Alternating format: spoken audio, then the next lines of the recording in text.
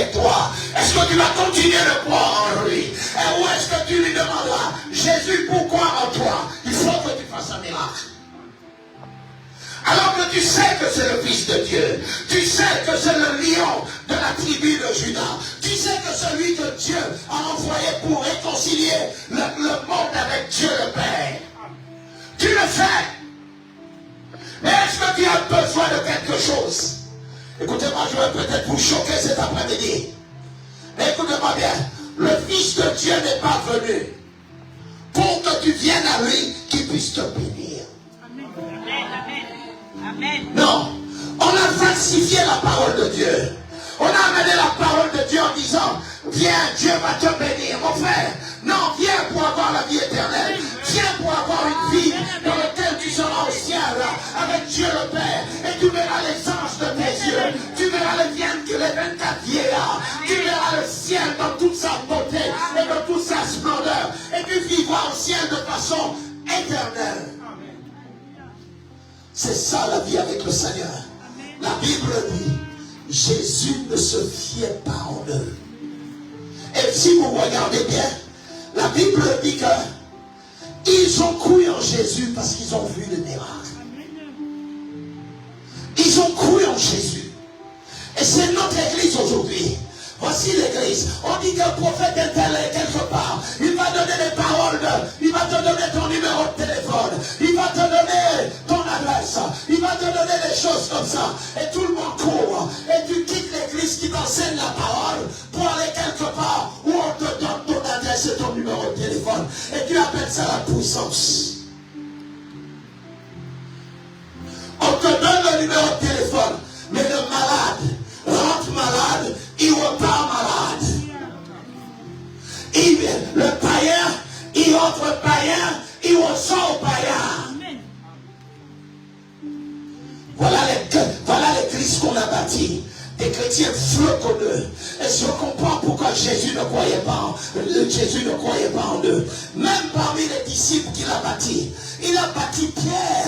Pierre a été avec lui. Pierre lui a dit des choses extraordinaires. C'est pour ça, pasteur, moi je ne crois pas aux gens qui me disent des paroles. Amen, amen, amen. Non. Tu dois me prouver ce que tu me dis. Tu dois me prouver. Vous qui aimez dire daddy, daddy, daddy, daddy. Et puis daddy, vous êtes parti. Daddy, vous ne prenez pas de ses nouvelles. Daddy, vous ne le bénissez pas. Daddy, vous ne faites rien pour lui. Et vous dites daddy. Hein? On va entrer. Est-ce que tu es là? Amen. Dis à ton voisin, ne sois pas fâché. Dis-lui, ne sois pas fâché. Dis-lui le message de maintenant. C'est pas pour toi. C'est pour celui qui est à côté de toi. Vous voyez, comme ça, c'est pas pour vous. Vous êtes libre. Est-ce que vous comprenez? Mais entrons dans la parole. Jean 6, chapitre 26. Jean 6, chapitre 26. Ah. Verset 26, oui. Excuse-moi. Mon frère, il faut accélérer. Ah oui, il faut. Jean 6, verset 26. Jean 6, verset 26. Jésus leur répondit, en vérité, je vous le dis, vous me cherchez, non parce que vous avez vu des miracles, mais c'est parce que vous avez mangé des pains et que vous avez été rassasiés. Travaillez non pour la nourriture qui périt, mais pour celle qui subsiste, pour la vie éternelle et que le Fils de l'homme vous donnera. Car c'est lui le Père que Dieu a marqué dans son sceau, de son sceau. Ah, mon frère, il faut lire ça en appuyant la parole. On ne lit pas la parole quand on lit un livre. On ne lit pas la parole quand on lit un journal. Non. Il dit ceci, Jésus leur répondit, en vérité, je vous le dis, vous me cherchez, non parce que vous avez vu des miracles, mais parce que vous avez mangé des pains et que vous avez été rassasiés. C'est ça l'église d'aujourd'hui. Ils cherchent Jésus parce qu'ils ont envie de manger. Ils cherchent Jésus parce qu'ils ont envie de voyager. Ils cherchent Jésus parce qu'ils ont besoin de quelque chose qu'ils n'ont pas. Mais ils ne recherchent pas Jésus parce qu'il est le Fils de Dieu.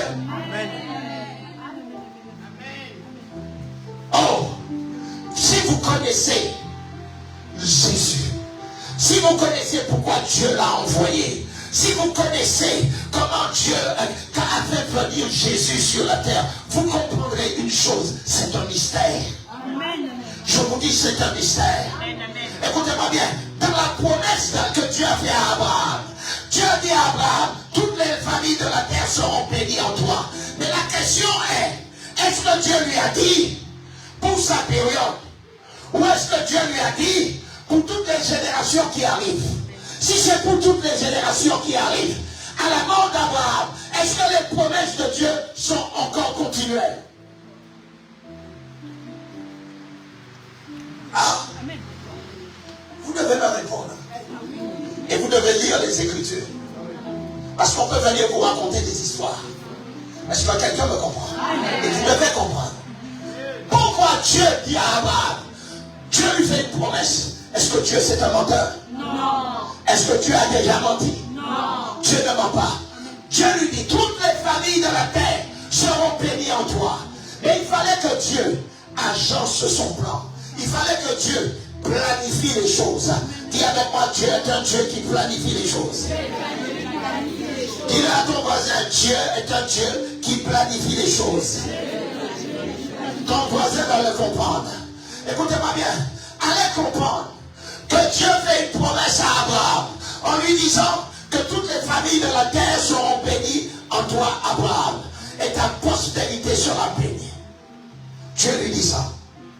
Mais sa femme Sarai est stérile.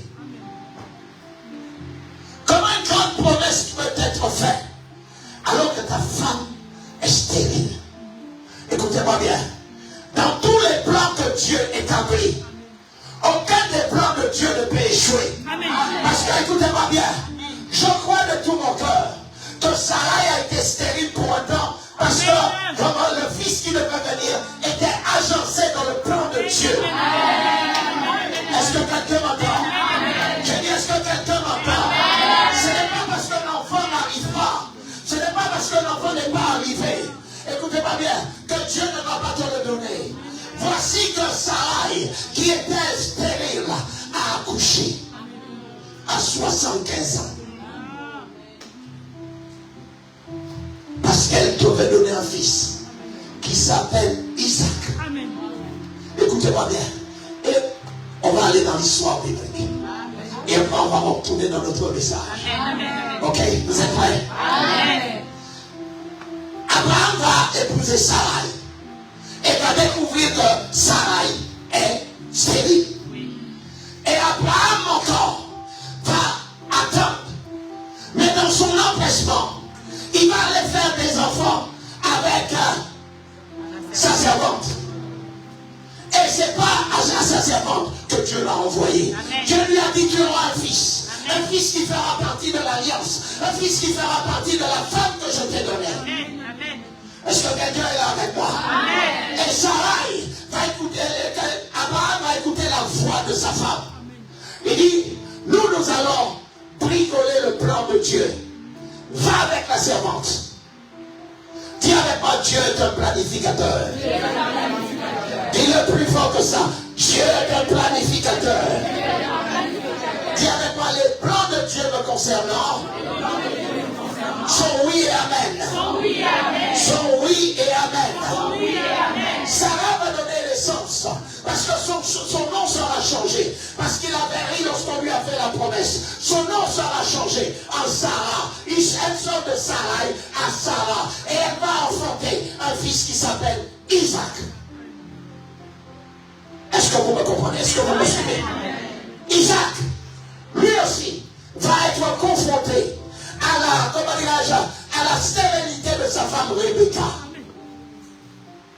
Comment un Dieu qui est un planificateur fait un plan concernant des personnes dans lesquelles il a libéré les paroles.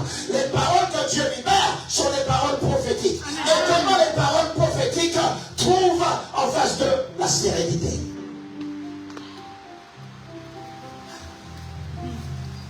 Réfléchissez. La Bible dit, Dieu fait toute bonne chose. Toute bonne chose. Isaac ne pouvait pas arriver avant. Amen. Est-ce que vous me comprenez? Il ne peut pas arriver avant parce qu'il fait partie d'un plan. Il fait partie d'un plan. Et puis écoutez-moi bien, lorsque Isaac prend Rebecca, sa femme, et que lui voudrait avoir un enfant, il est toujours, Rebecca est aussi stérile. Rebecca est aussi stérile. Mais le temps viendra où Rebecca va accoucher d'un jeune garçon qu'on appelle Jacob. Et à travers Jacob se naîtra les 12 tribus d'Israël. Pourquoi? Parce que cela a été agencé par Dieu. C'était dans le plan de Dieu. Dieu a planifié les choses. Ce n'est pas parce que parfois il y a des plans, des choses qui ne fonctionnent pas, que les choses ne marcheraient pas. Je vais te dire ce matin, cet après-midi, ce n'est pas parce que tu vis des difficultés que tu resteras dedans. Le Dieu que nous servons est le Dieu qui change nos affaires. C'est le Dieu qui ouvre la marège. C'est le Dieu qui guérit les lépreux. C'est le Dieu qui change, qui multiplie le pain et les 5 poissons. C'est ce Dieu-là que je sers. Est-ce que tu es là? Dis à ton voisin, je crois au surnaturel. Je crois au miracle. Et je crois au divin. Écoutez-moi bien. Ne vous appuyez jamais sur des gens qui ne croient pas. Oui. L'église est remplie de gens comme ça. Un jour, pasteur, on recevait le révérend Wafo dans notre église. Et on était en train de faire les travaux. Jusqu'à 16h30, 17h, on était encore dans les travaux. Et il y a un chrétien qui est dans l'église. Il ne m'a pas vu arriver. On était en train de perdre. Et puis je m'entends dire, vous suivez ce gars-là.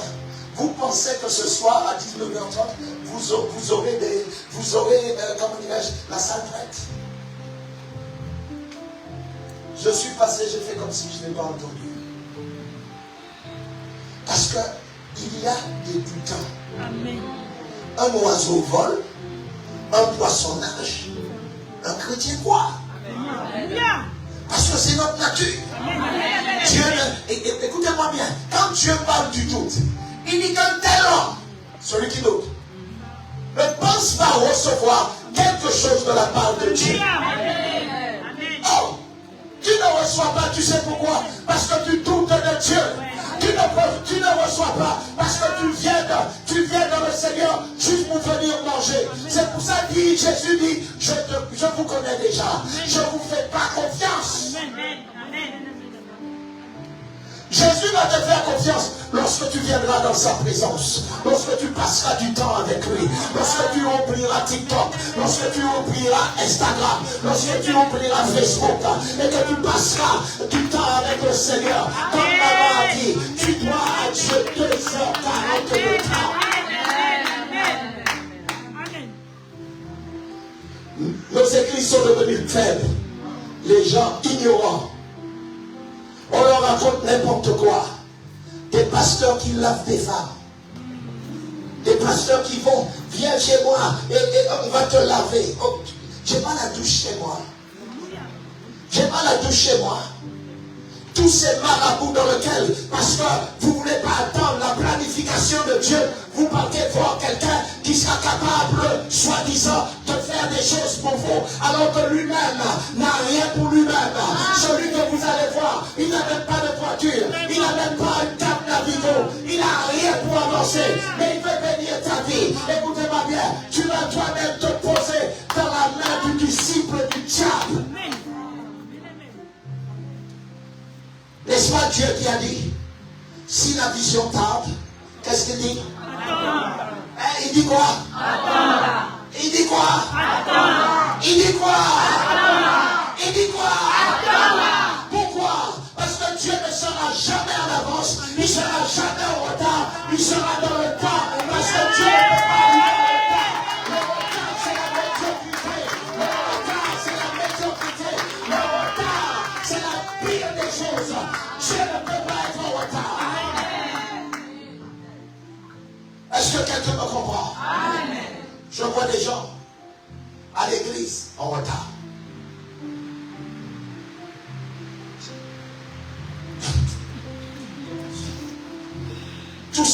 ils sont en retard.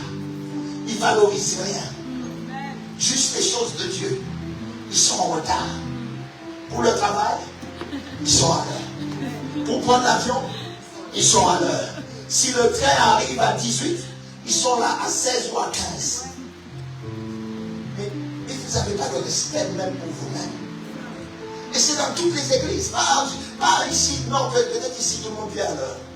Mais chez moi, ils sont en retard. Chez moi, ils sont en retard.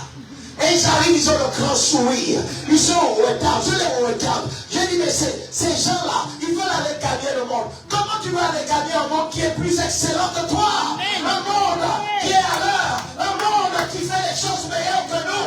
Comment tu vas aller les changer? Avec quoi? Jésus fait. Oui, Jésus va faire. Mais toi, tu fais quoi? Tu montres tu t'étudies le message par ta bouche et par ton comportement. Oui. Tu peux avancer. Amen. Tu peux mettre ton filet. Comment vous dites chrétien? Aujourd'hui, vous dites des choses qui sont bonnes, qui sont bonnes. Et vous êtes dans des palabres où vous êtes en train de critiquer le pasteur, sa maison. Il n'était pas là. Pourquoi il n'était pas là? Pourquoi ils nous ont pas dit? Et tu es là en train de critiquer. Quand toi tu ne viens pas, tu n'as jamais appris que toi tu ne viens, que tu ne serais pas là. Mais toi tu veux exiger. Mais tu ne peux pas exiger celui qui t'enseigne à te dire tout ce qu'il fait.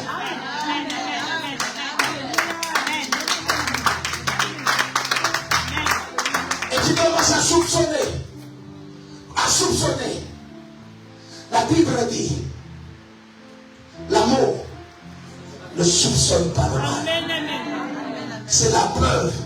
Tu dis que tu as l'amour, mais tu agis différemment. Jésus. Et moi j'aime Jésus. Jésus disait des choses tellement extraordinaires. Il dit, vous reconnaîtrez l'homme par ses feuilles. Par ses feuilles. Ici vous allez dire, ça c'est un panier. Et comme ça on s'arrête à ça. Non? Il y a des trucs qui ressemblent à des fougères, qui ressemblent à ça aussi, c'est des fougères.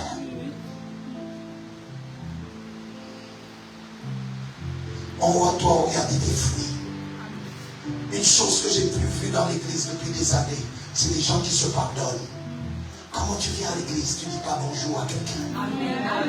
Ouais. Parce qu'il a demandé à prêter quelque chose, il ne te l'a pas donné. Ou parce qu'il n'avait pas la possibilité de te le donner. Depuis ça, tu ne lui dis plus bonjour. Et puis tu arrives, et c'est toi qui cries le plus fort à l'église. Ça me met un amour. Tu fais du bruit. Tu fais du bruit. Je dis, tu fais du bruit. Le ciel ne t'écoute pas. La Bible dit, ton prochain. Il ne dit pas quand il a fait du bien. Non, aime-le. Aide-le. Je retourne dans mon message. Amen. Aïe. Oh, je me sens bien. Ce matin, je prêchais. Il y avait une atmosphère.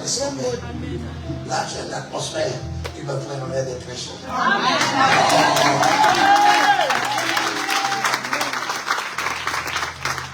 Vous savez, parfois, ce sont des gens qui invitent le diable dans des endroits par leur attitude. Oui, quand Jésus dit, il n'a rien en moi, Satan n'a rien en moi. Quand Jésus dit ça, Jésus sait pourquoi il le dit. Il n'a rien en moi, c'est-à-dire ses principes, ses méthodes, sa façon de faire. Jésus dit, moi, je n'ai pas fait ça. Je n'ai pas haï les gens. Je n'ai pas tapé quelqu'un. Je n'ai pas menti sur quelqu'un. Je n'ai pas rejeté quelqu'un. Je n'ai fait que aimer. C'est pour ça que l'une des choses que le diable ne peut pas faire, il ne peut pas aimer quelqu'un qui aime de Dieu.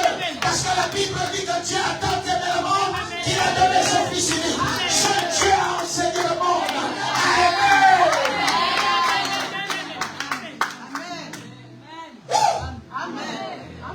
Seul Dieu a montré comment on pouvait aimer.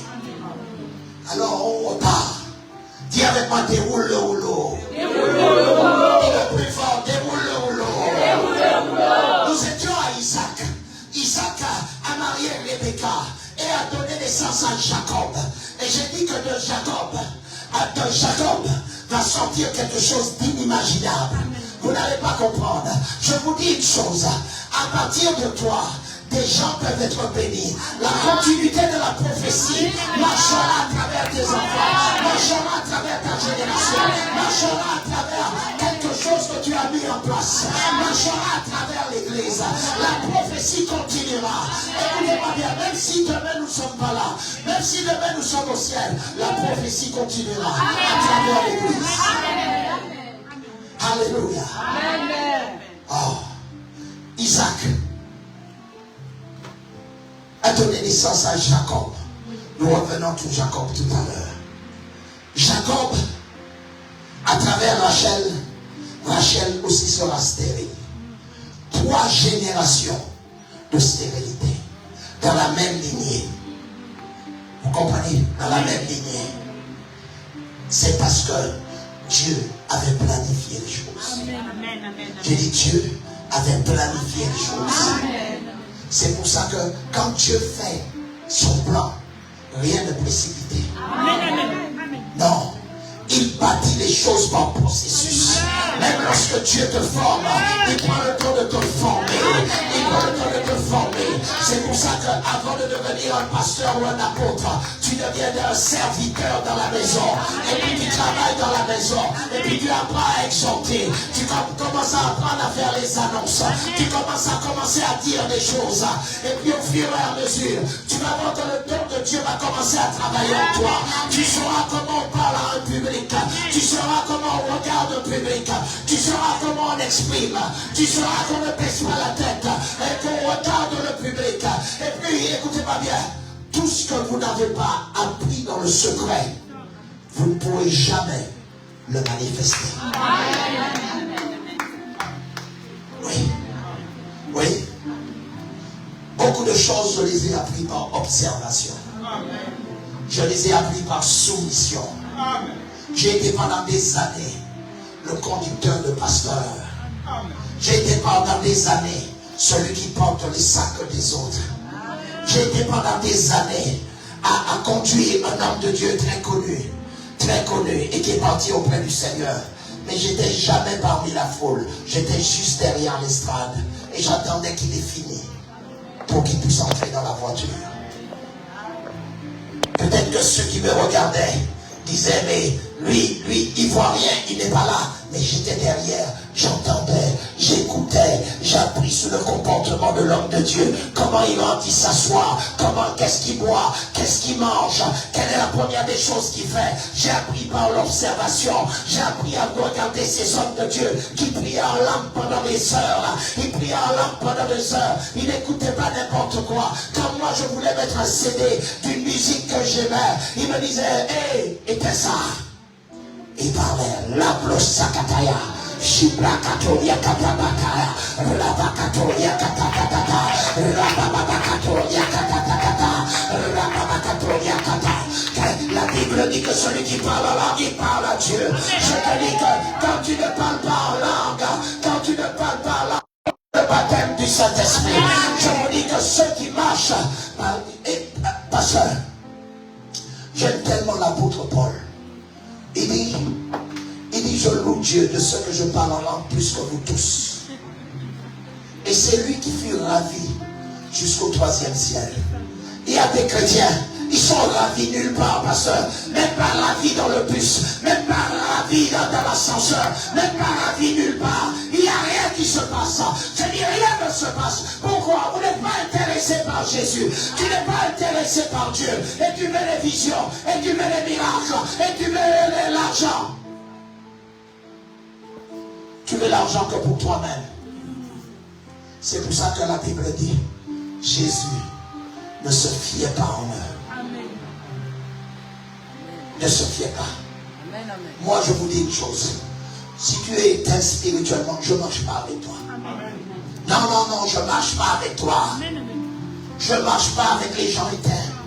Non, les gens qui n'aiment pas Dieu, les gens dans lesquels leur priorité c'est eux. Il y a beaucoup de personnes, pasteur, il t'a dit qu'ils aiment Dieu. Mais pasteur, attends que les gens soient mariés, attends qu'ils aient un enfant, attends qu'ils aient une voiture, attends qu'ils commencent à voyager. Et là tu vas voir s'ils aiment Dieu.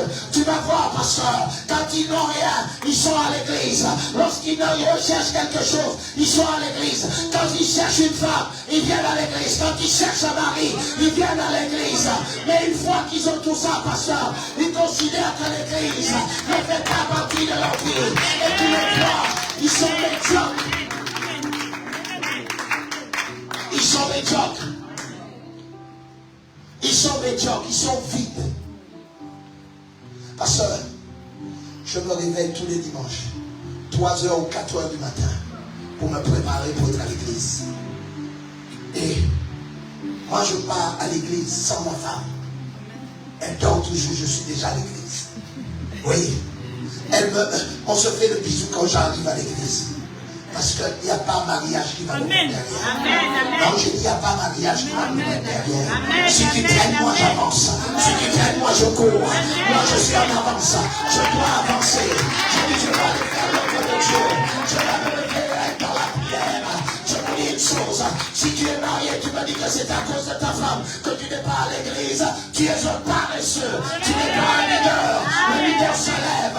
Et puis écoutez-moi bien. S'il y a une seule voiture, il laisse peut-être une voiture pour sa famille, il prend le bus et il va à l'église. Oh my God. Mais moi, s'il y a une seule voiture, c'est moi qui vais en voiture. Je m'arrange et je planifie qu'on aille le chercher. Il n'y a pas de problème, mon frère, j'ai déjà vu le truc, il n'y a pas de souci. Gloire au Seigneur. Nous continuons encore. Dis avec moi, déroule-le. Dis-nous la vérité. Dis-nous la vérité. Alléluia. Écoutez-moi. Le pasteur n'est pas. Le pasteur est responsable de ce qu'il prêche. Mais il n'est pas responsable de ce que tu comprends et ce que tu mets en pratique. Si tu es retardé, si tu ne grandis pas, as-tu bu la parole? As-tu mangé la parole? As-tu fait ce qu'on t'a dit? Es-tu dans les temps de prière? Pasteur, dis-moi, comment l'église veut aller conquérir le monde demain sans la prière? Le jeudi, tu es où? Tu es chez toi. On le sait que tu es chez toi. Tu fais du cinéma, tu es chez toi. C'est parce que tu ne veux pas prier que tu ne viens pas. Et tu veux atteindre le monde spirituel. C'est pour ça que le diable vient, il vous gifle. Et après, pasteur, délivre-moi, prie pour moi. J'ai vu un chat noir hier. J'ai vu un chat qui buvait du bongonzo.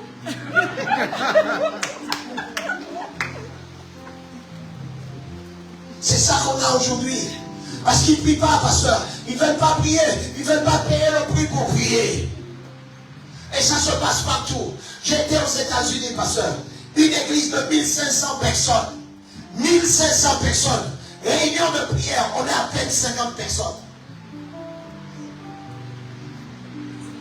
Les Américains, tout ce qu'ils aiment, c'est manger. Ils aiment manger. Tu fais réunion pour manger. Ils viennent, ils mangent. Et ils crient, ils dansent. Et ils aiment ça.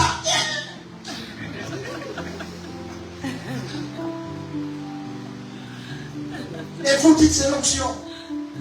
Quand tu ne connais pas l'onction, vous voyez ça. Cinéma. On veut l'onction. Dis avec moi, on veut l'onction. Dis-le, on veut l'onction.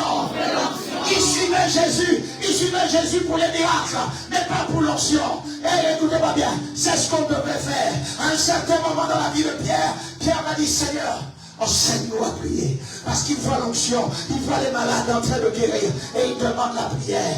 Il demande, enseigne-nous à prier. Mais quand Jésus commence à leur enseigner à prier, Jésus lui dit, viens, Pierre. Il les prend. Et puis il vient, il dit, Pierre, tu n'as pas pu prier une heure. Il dormait. Il dormait. Si Pierre a dormi et que tu dors, tu n'as pas le fait d'avoir honte. Mais ne reste pas dans le sommeil. J'ai dit ne reste pas dans le sommeil. Lève-toi et fais comme Pierre. Va parcourir la Galilée. Va de ville en ville. Va changer de vie. Va prêcher l'évangile. Va chasser des démons. Écoutez-moi bien, vous ne pouvez pas aller chasser des démons si vous n'êtes pas en contact avec le Dieu du ciel. Alléluia. Je retourne dans mon message. Dis avec moi, déroule le rouleau. Dis-le encore plus fort, déroule le rouleau.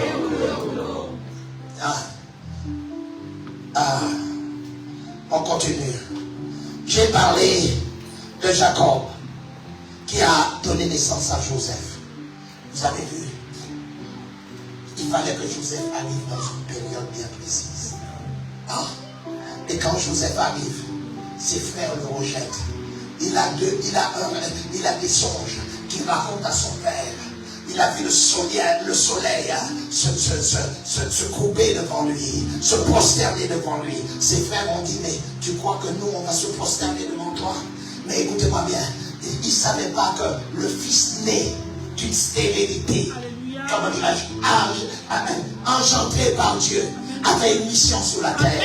Oui, il avait une mission sur la terre. La preuve en est, son père va faire un manteau de plusieurs couleurs. Et c'est à lui qu'on va donner ce manteau. Le père, avant que les autres frères étaient déjà là, le père ne leur a pas donné un manteau de plusieurs couleurs. Mais le fils, retardé et planifié dans le plan de Dieu. Lui, quand il va arriver, il va avoir un manteau de plusieurs couleurs. Pourquoi? Parce qu'il a été distingué par le ciel et planifié par Dieu.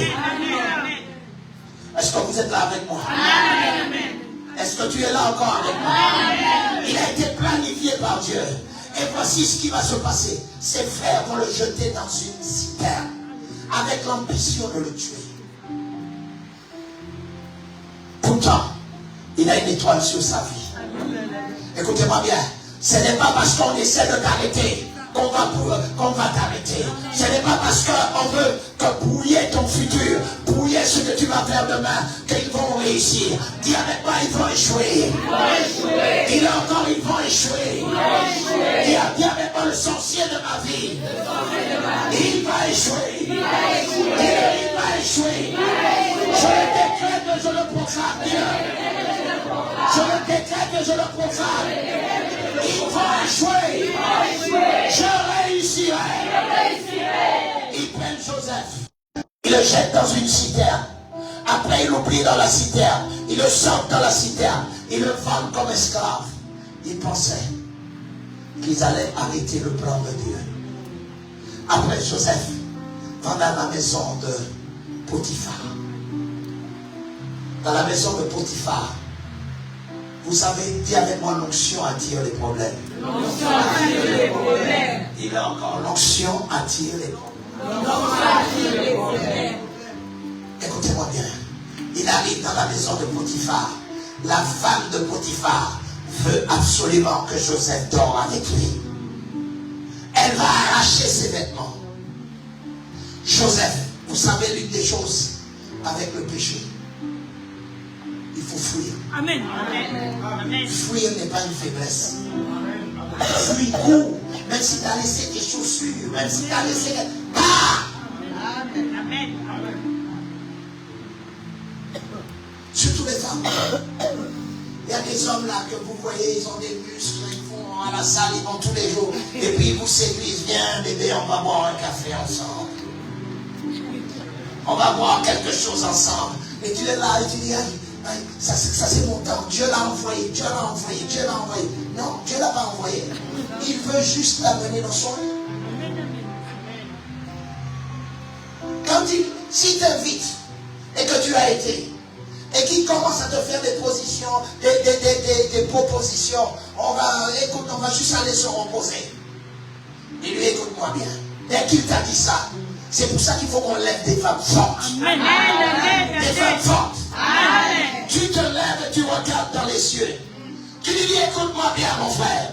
Est-ce que lorsque tu vas aux Champs-Élysées et que tu vas dans les bijouteries, est-ce que les diamants tu peux les partir avec sans avoir payé? Mon frère, reste à ta table, reste avec ta nourriture. Moi je rentre chez moi.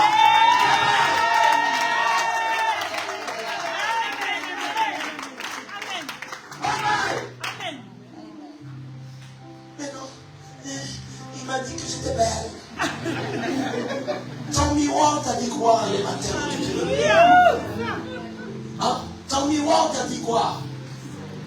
Si ton miroir t'a déjà dit que tu es belle, lui il répète ce que ton miroir t'a déjà dit.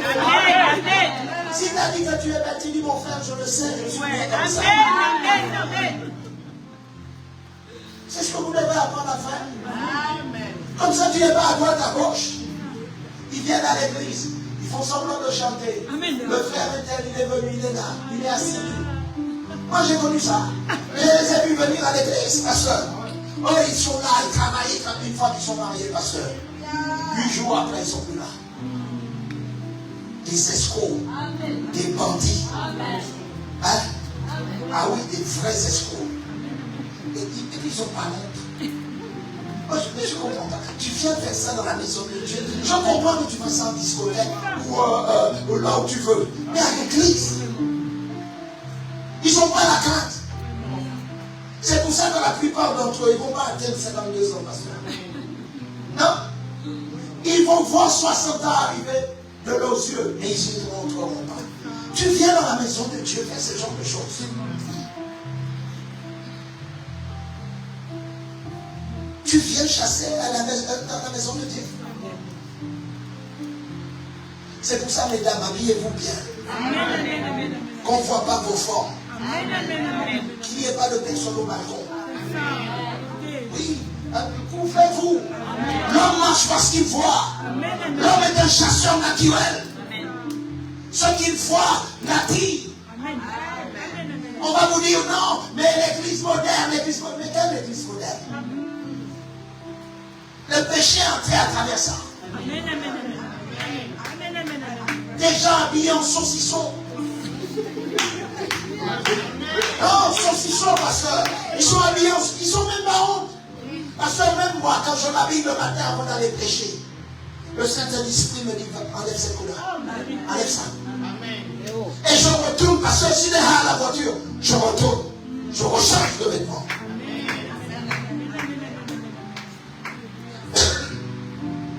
Même ce matin, j'ai pris une petite valise pour avoir un autre costume pour venir ici.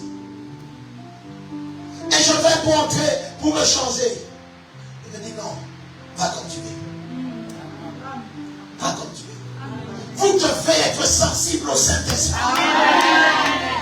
La modernité, c'est pas montrer ton corps. Parce que lorsque tu montes ton corps, il y a des chasseurs qui te poursuivent. Il y a ceux-là qui viennent. Il y a des esprits qu'on va poser sur toi. Et sans t'en rendre compte, tu vas être avec quelqu'un que tu n'avais jamais voulu.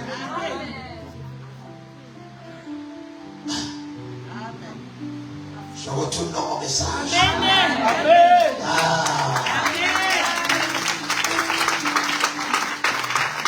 Je retourne dans mon message.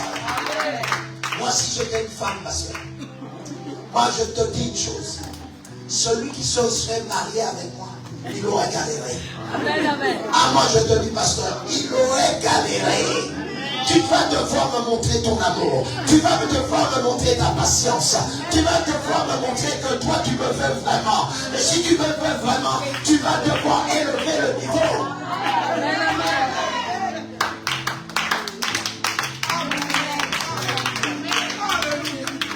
Ne vous mariez pas avec les paresseux. Les gars qui sont au chômage. Écoutez-moi bien, si le gars est au chômage, tu lui dis, mon frère, t'as tapé poteau. Qu'est-ce que tu vas faire avec un chômeur?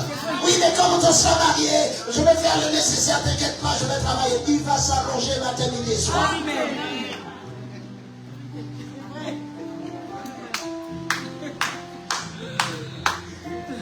Il ne faut pas que je sorte de mon message. Hein? Je peux ça. Quand je me suis marié, écoutez-moi bien, quand j'ai été voir mon beau-père, j'ai dit à mon beau-père, je vais rendre cette femme heureuse. Parce qu'il faut un homme. Amen. Un homme. Et 37 ans qu'on est mariés, je n'ai touché à aucune autre femme. Non. Amen. Ce n'est pas parce qu'on n'a pas envie. Non, on tient la parole. On tient la parole. On se tient sur la parole de Dieu. On tient la sainteté. Parce que quand tu es marié, tu es marié. Si tu avais des choses à faire, il fallait le faire quand tu étais païen. Quand tu es chrétien là maintenant,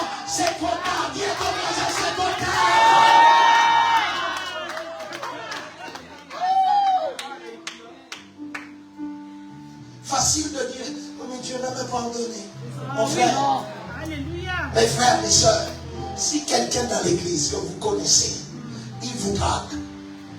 Laissez-le faire. Appelez le pasteur. Amen. Amen. Ah oui? Amen.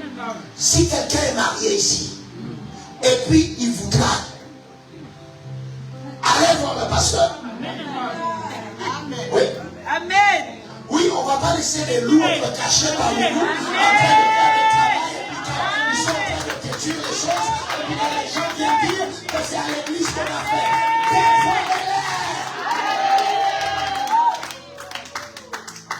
Parce qu'un jour, je suis à l'église. Je suis jeune chrétien avec ma femme. Je remarque tous les dimanches quand je viens, il y a un gars, il s'assoit quelque part et il regarde ma femme tout le temps. Ma soeur, il regarde ma femme tout le temps. Ça m'énerve. Je ne peux pas écouter le message. J'ai marié ma femme. Lui regarde ma femme tout le temps. À la fin du culte, quand on a fini le culte, j'ai dit mon frère, viens ici, viens voir. J'ai dit, tu as un truc à lui dire. Elle est là. Est-ce que tu as un truc à lui dire? Parce que je vois que tous les dimanches, ton regard est sur elle. Ça t'est pas arrivé de voir qu'elle a des enfants? Ça t'est pas arrivé de voir qu'elle a un gentleman à côté d'elle?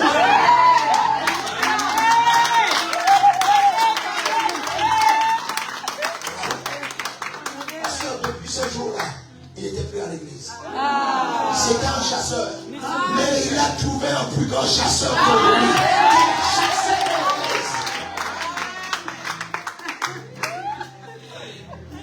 Moi, quand je suis quelque part, même si ma femme marche là, j'envoie des caméras. Ah ouais? Les caméras sont là, je regarde. Comment tu la regardes? Comment tu lui parles? Si quelque chose ne va pas, je descends, je viens te voir. C'est comme ça. Oh, il y a un truc qui m'empêche de prêcher. On doit sécuriser l'église. On sécurise l'église. Dis-le plus fort encore, on sécurise l'église. Et faites attention à ceux qui ont l'argent. Non, ceux qui ont l'argent, qui ont un peu d'argent, ce sont les grands manipulateurs. Ils te font savoir qu'ils ont la belle voiture, qu'ils ont tout ce qui est beau, et puis ils commencent à te séduire et tu ne sais pas comment. Mais dans le but de vous séduire et de vous sortir du plan initial. C'est pour ça que beaucoup de gens, vous êtes culpabilisés. Pourquoi? Parce que vous êtes tombés dans le lit d'un aventurier.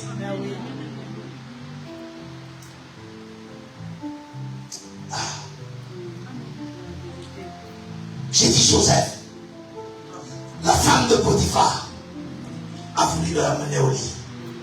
Il a fui. Il a fui. Vous devez fuir. Il y a des situations où vous fuyez. Je vous garantis. Et il a fui. Et la femme a dit à son mari, lorsqu'elle est venue, une menteuse. Une menteuse. Elle dit, voici ses vêtements. Il a laissé ses vêtements. Ce qui paraissait être une preuve. Mais ce n'était pas une preuve. Elle aurait dû dire, quand j'ai attrapé ses vêtements, il a fui. Ses vêtements sont restés dans mes mains. C'est pour ça, n'accusez pas parce qu'on vous montre une preuve. Parce qu'il y a ce qu'on appelle la falsification. Et puis Joseph va tomber en prison. Il va avoir un panetier et un échanson qui va être en prison avec lui. Des gens qui avaient accès auprès du roi. Joseph va expliquer les rêves, vont leur donner le rêve. L'un d'eux va être pendu, l'autre va retourner à son poste de travail. Joseph leur avait dit, ne m'oubliez pas lorsque vous irez auprès du roi. Ils l'ont oublié. Ce n'est pas parce que les hommes vous oublient que Dieu vous oublie. J'ai dit, ce n'est pas parce que les hommes vous oublient que Dieu vous oublie. Cet homme était dans l'agencement, dans la planification de Dieu. Et puis voilà, une situation nation est créée. Et c'est lui qui va donner la réponse. Et le roi dit, il dit, cherchez. Est-ce qu'on peut chercher dans tout le pays un homme qui est la sagesse que Joseph a? Et puis on lui dit, non, il n'y en a pas. Alors il dit, Joseph, entre toi et moi, la seule chose qui va nous séparer, c'est le royaume. Mais la bague que je te donne, tu auras l'autorité dans tout le pays. Dieu l'avait élevé. Et après il est retourné vers ses frères. Et il a dit à ses frères, vous avez voulu me faire du mal, mais Dieu l'a tourné en bien. Pourquoi? Parce que j'étais dans le plan de Dieu. Dieu l'avait planifié. Je vous l'avais annoncé. Je vous avais dit que le soleil se couvrait, les gerbes se couvraient devant moi. Et la prophétie était rattachée à ma personne.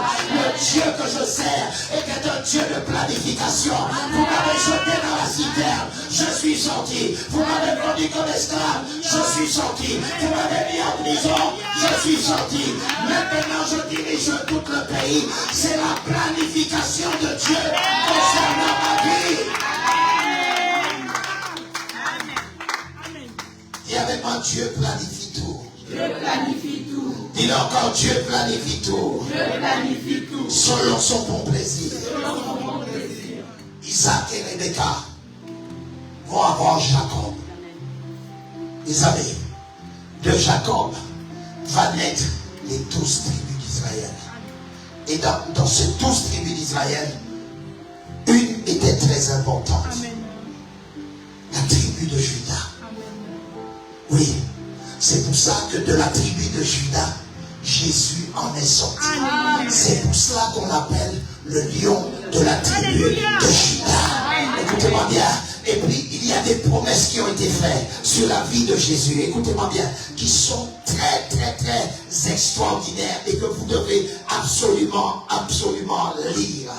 Dans Ésaïe chapitre 11, verset 10. Mon frère, prépare-toi à lire. Ésaïe chapitre 11, verset 10. Ésaïe chapitre, on va en accélérer. Ah oui. Zebrendelia Kamoshamana Rababasakadia de Brende. Vas-y mon frère, vas-y.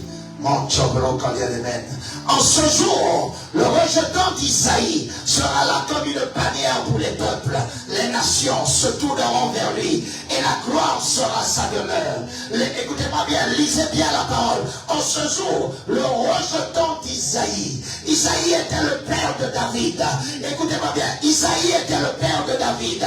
Lorsque Samuel est venu oindre le roi d'Israël, il est venu dans la maison d'Isaïe. Et David était où?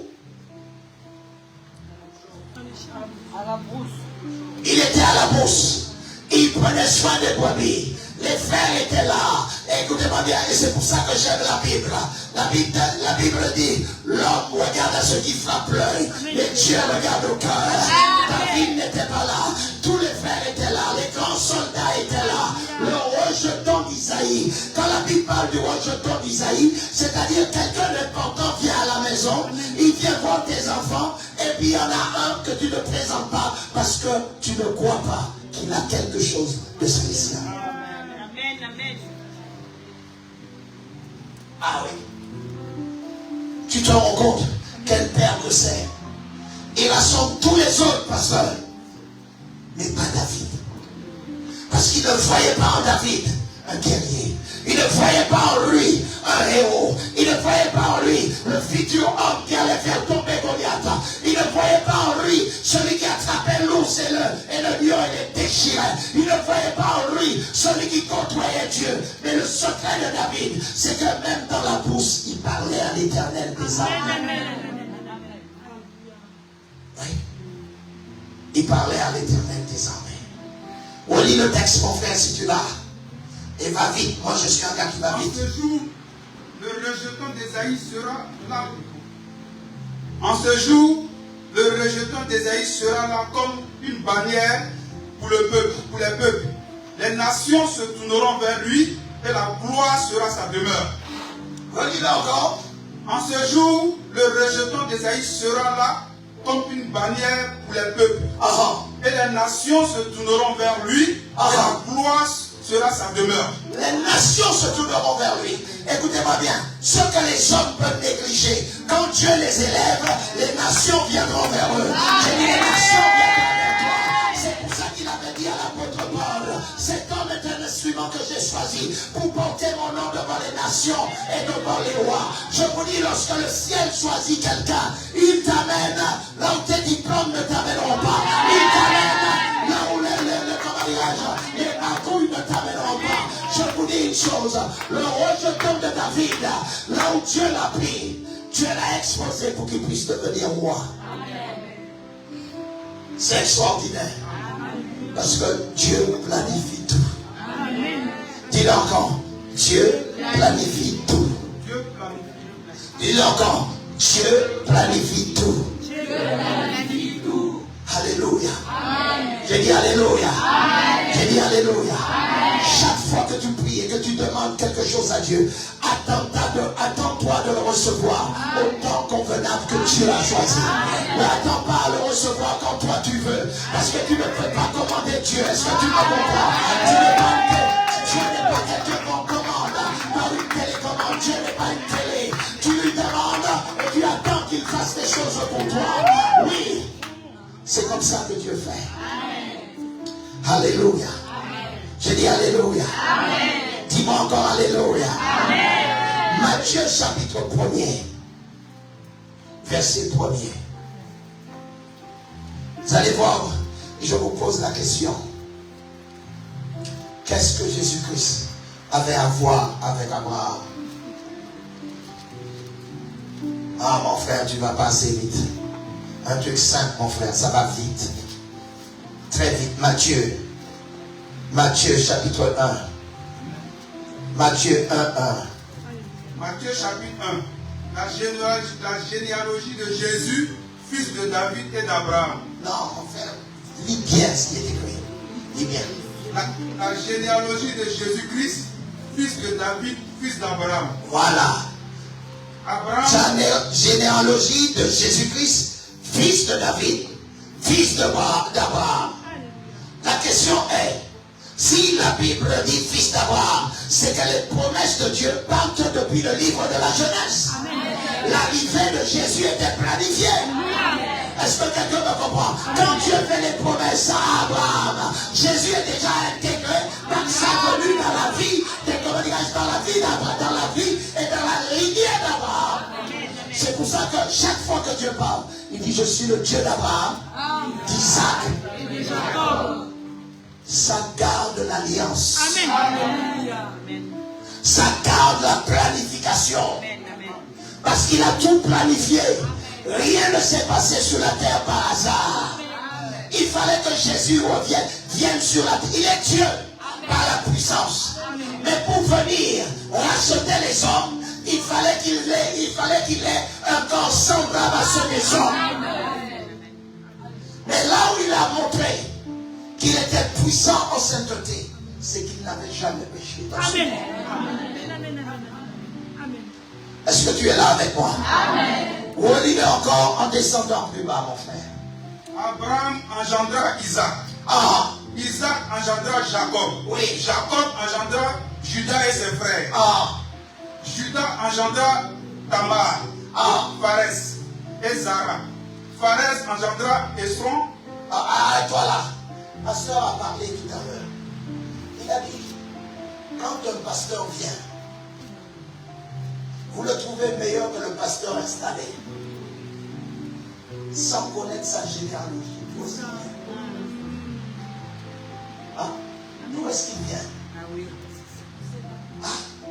Et parce que vous avez vu un don, vous y allez. Mais vous savez pas si c'est quelqu'un qui a cassé une église, c'est quelqu'un qui a pris la femme de quelqu'un, si c'est quelqu'un qui est un trafiquant de drogue. Vous ne savez pas. C'est pour ça que là où vous connaissez, il est plus stable et sécuritaire de rester là. Dans un certain pays, ils ont présenté un homme de Dieu comme étant un homme hyper riche. Jusqu'au jour où il se fait arrêter avec de la blanche dans une voiture. De la blanche, vous savez ce que c'est. Aujourd'hui, on a des gens qui viennent à l'église, mais qui sont des trafiquants. Ils viennent à l'église parce qu'ils veulent le pasteur pour un marabout. Et ils veulent la protection. Quand ils viennent, Seigneur, protège-moi pour faire du trafic. Mais mon Dieu, mais tu es maudit. Ils sont là, trafiquants. Trafiquants de télé, trafiquants de caméras, trafiquants de choses, trafiquants dans le travail. Tu travailles dans un emploi et tu prends des choses pour les vendre et tu dis que tu es béni.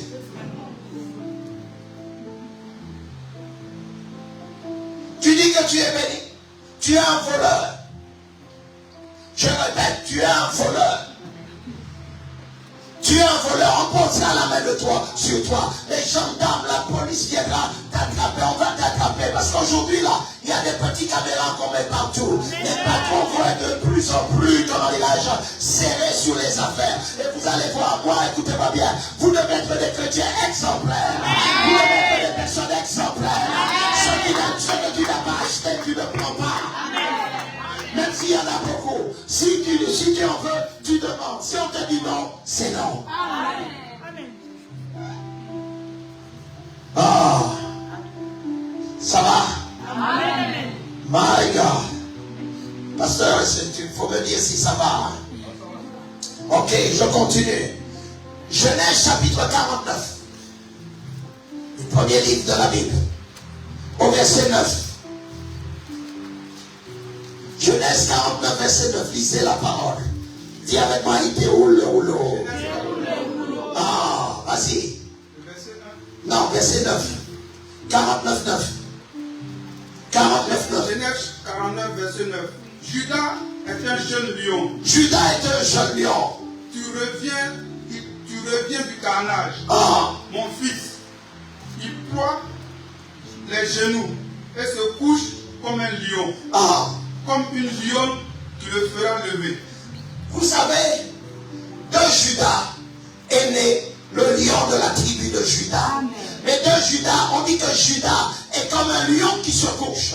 Et de Judas ne pouvait pas sortir un tigre, ne pouvait pas sortir un léopard. Il fallait que ce soit un lion. Il fallait que Jésus soit agencé à un lion. Pourquoi? Ça on l'appelle le lion de la tribu de Judas. C'est lui qui revient, c'est lui qui va réconcilier, c'est lui qui n'a pas peur du diable. Le caractère du lion, même dans la forêt, il n'a pas peur d'un plus gros animal que lui. C'est pour ça que Jésus reviendra. Apocalypse 5.5. Et puis on va terminer par ça. Apocalypse 5.5.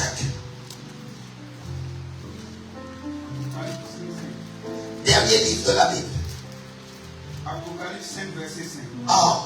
Et l'un des vieillards me dit, ne pleure point, voici le lion de la tribu de Judas, le rejeton de David, a vaincu pour ouvrir le livre des 7 sceaux. Et je vis au milieu du trône et des 4 êtres vivants et au milieu des vieillards un agneau qui était là comme immolé. Il avait 7 cornes et 7 yeux et 7 esprits de Dieu envoyés par toute la terre. Continue. Et vint et prit le livre de la main droite de celui qui était assis sur le trône. Quand il eut pris le livre, les 4 êtres vivants et les 4 vieillards se prosternèrent devant l'agneau, tenant chacun une harpe et des coupes d'or remplies de parfums qui sont les prières des saints. Cette dernière partie. J'espère que dans la coupe qu'il y a devant le trône de Dieu, qu'il y a des prières dedans. Tu n'es pas à la prière. Et je peux te dire que je ne pense pas. Relis le texte, mon frère. Quand il eut pris le livre, les 4 êtres vivants, les 4 êtres vivants et les 4 vieillards se prosternèrent devant l'agneau. Les 24 vieillards se prosternèrent devant l'agneau. Chacun une harpe et une coupe d'or remplie de parfums qui sont des prières des saints. Tenant chacun une harpe et des coupes d'or remplies de parfums qui sont la prière des saints. Vos prières montent au ciel. Vos prières vont dans une coupe.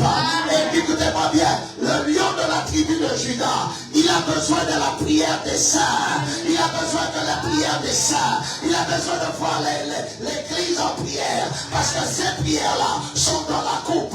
Là où les 24 vieillards adorent Dieu matin, midi et soir. Et cette coupe-là va être déversée sur la terre au retour du Seigneur. Vous devez le comprendre. Dis avec moi, je vais prier plus. Non, dis à ton voisin, il faut que tu pries plus. Dis-le encore, il faut que tu pries plus. Continue encore le texte, mon frère. Et il chantait un cantique nouveau en disant, tu es digne de prendre le livre. Tu es digne de prendre le livre. Et d'en ouvrir les sceaux. Et d'en ouvrir les sceaux. Car tu as été immolé. Car tu as été immolé. Tu as été racheté pour Dieu. Tu as été racheté pour Dieu. Par ton sang des hommes. Par ton sang des hommes. Jésus-Christ, écoutez-moi bien. Il a été immolé. Il a été immolé, mais c'est son sang qui va parler. Son sang a racheté les hommes. Son sang t'a racheté. Écoutez-moi bien, tu n'as plus le droit d'être condamnable. Plus rien ne te condamnera. Parce que celui qui a ouvert le livre, il a brisé le sceau. Il a versé les prières. Et puis par son sang, tu as été racheté. Continue encore, mon frère. Par ton sang, les hommes de toute tribu, de toute langue, de tout peuple et de toute nation. Tu as fait d'eux un royaume et un sacrificateur pour notre Dieu. Et ils régneront sur la terre. Oh, mais mes amis, attends, je vais le lire. Il dit, quand tu as été immolé, tu as été racheté pour Dieu par ton sang, des hommes de toute tribu, de toute langue, de tout peuple, de toute nation, et tu as fait d'eux un royaume de sacrificateurs pour notre Dieu, et ils régneront sur la terre. C'est pour ça, écoutez-moi bien, ne vous laissez pas limiter, parce que vous n'êtes pas blanc, ne vous êtes pas limité, parce que tu viens d'Afrique, ne te laisse pas limiter, parce que tu viens des Antilles. Le sang qui a coulé pour toi, et le sang qui est pour toutes les langues, et pour toutes les nations. Écoutez-moi bien, la Bible dit que nous régnerons sur la terre. Dis avec moi, je régnerai sur la terre. Dis encore, je régnerai sur la terre. Le sang a coulé pour moi. Il a été immolé pour moi. Gloire au Seigneur, acclame le Seigneur pour ça. Oh my God. Écoutez bien, verset 10. 5-10. Apocalypse 5-10. Écoutez ce qu'il dit. Et là, il parle de toi. Tu as fait d'eux un royaume et des sacrificateurs pour notre Dieu, et ils régneront sur la terre. Ils régneront sur la terre. Dis avec moi, Éternel des armées, les choses que tu as préparées, les choses que tu as planifiées, afin que je règne sur la terre, qu'ils viennent à moi, qu'ils viennent à moi. Jésus a déjà payé. Il a été immolé à la croix du calvaire, afin que je règne, afin que je règne, afin que je règne. Dis avec moi, Seigneur, on ne peut pas régner sans une royauté, sans une royauté. Établis-moi comme roi sur cette terre, afin que je parle, afin que j'agisse au nom puissant de Jésus. Qu'il en soit ainsi. Amen. Oh, tu peux acclamer le Seigneur pour cette parole.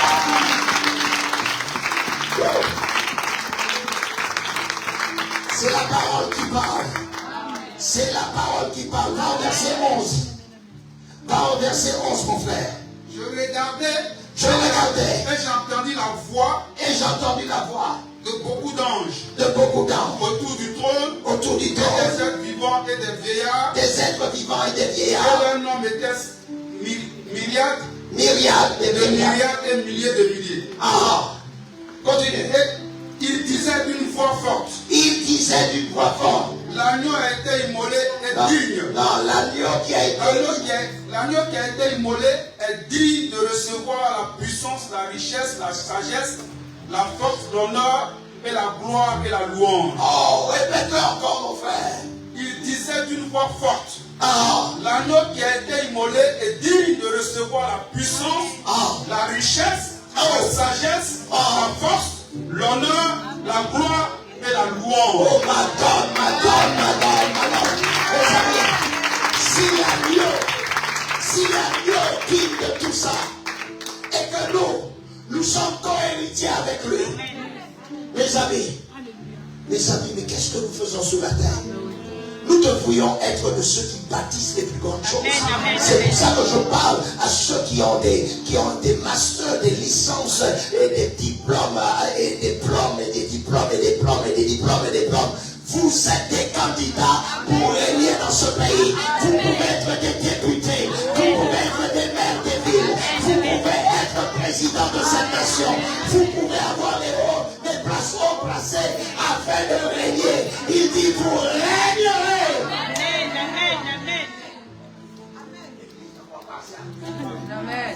C'est pour ça que le païen il y va parce qu'il y croit. On vous lit la Bible. C'est moi qui l'ai inventé. Ah, relis-moi encore ce texte, mon frère. Et après, je vous libère. Il disait d'une voix forte. Il disait d'une voix forte. L'agneau qui a été immolé est digne de recevoir la puissance. Mes amis, qui a été immolé? Qui a été immolé? Qui a été immolé? Qui a été immolé? Oh, vas-y, mon frère. Il disait d'une voix forte, l'agneau qui a été immolé est digne de recevoir la puissance, la richesse, la sagesse, la force, l'honneur, la gloire et la louange. Ah. Tout ça, c'est pour nous. Tout ça a été planifié par Dieu le Père. Il est digne, il est dit. Au ciel, on dit qu'il est digne. Les 24 vieillards, les changes, tout le monde est en train d'en parler au ciel. Il est digne, l'agneau qui a été immolé. Il est digne, l'agneau qui a été immolé. Il est digne, l'agneau qui a été immolé. Il est digne, l'agneau qui a été immolé. Et mon frère, s'il a été immolé pour nous, c'est pour que je puisse marcher comment sur la terre. Dernier texte. Romains, chapitre 8. Verset 1er.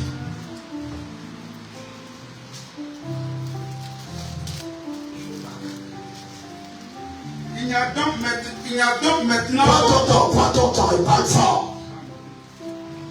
Il n'y a donc maintenant aucune condamnation pour ceux qui sont en Jésus-Christ. Ah, dis avec moi, il parle de moi. Il parle de moi. Tape ta poitrine et dis, tu touches ton voisin et dis-lui, il parle de moi. Il parle de moi. Vas-y mon frère encore.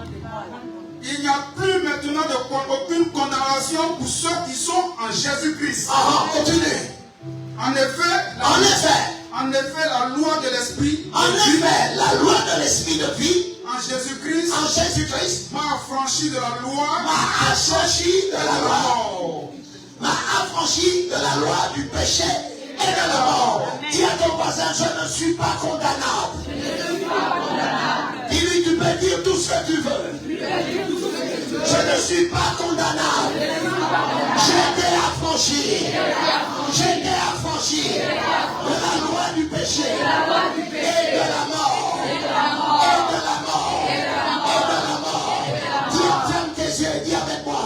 Puissance du péché. Tu n'as plus de pouvoir sur moi. J'ai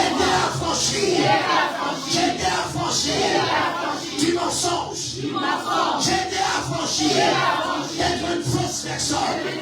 J'ai été affranchi de la manipulation. J'ai été affranchi d'être quelqu'un de faux. J'ai été affranchi de la loi du péché et de la mort. Je suis libre. Affranchi. Acclame le Seigneur.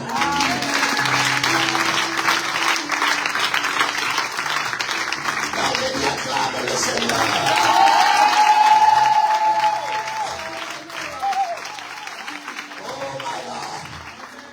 Oh my God.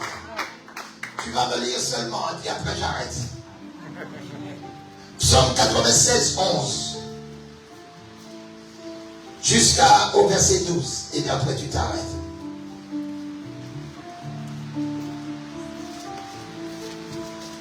Psaume 96, verset 11.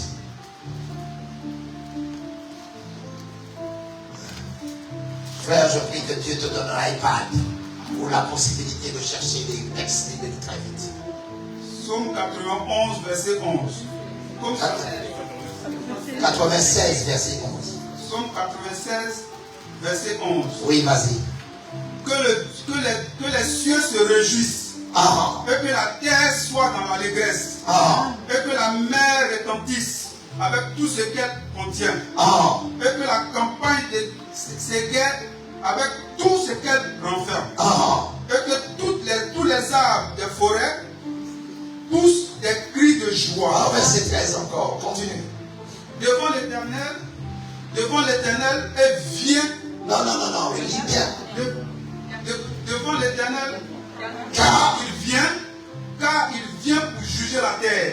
Ah. Il jugera le monde avec justice et les peuples selon sa fidélité. Lis-le avec puissance, mon frère. Devant l'Éternel. Non, que les cieux. Verset 11. Que les cieux se réjouissent. Ah. Et que la terre soit dans l'allégresse. Ah. Et que la mer retentisse avec tout ce qu'elle contient. Ah. Et que la campagne s'égaie avec tout ce qu'elle renferme. Ah. Et que tous les arbres des forêts poussent avec des cris de joie. Ah.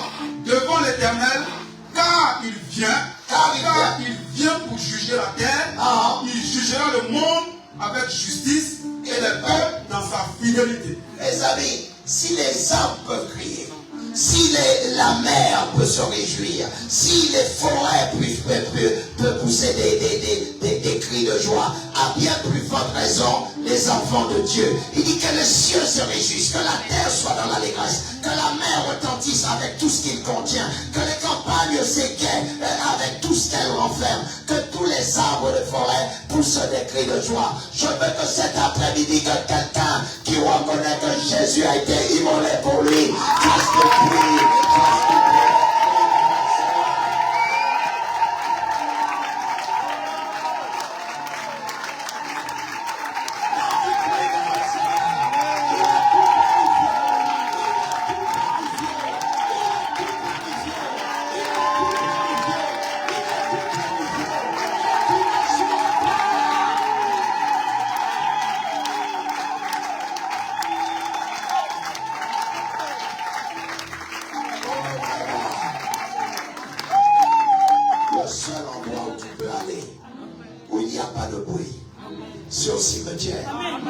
Ce ne sont pas les morts qui louent Dieu, mais ce sont les vivants. Ce sont les vivants.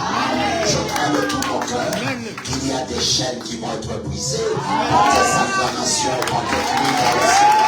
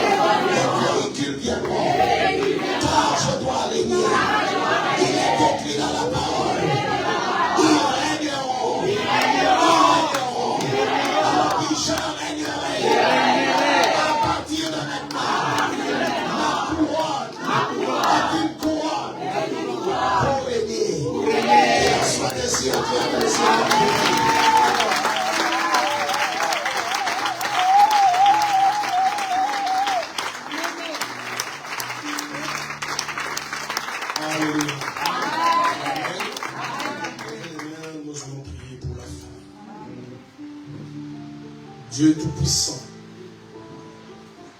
dans les noms précieux de Jésus.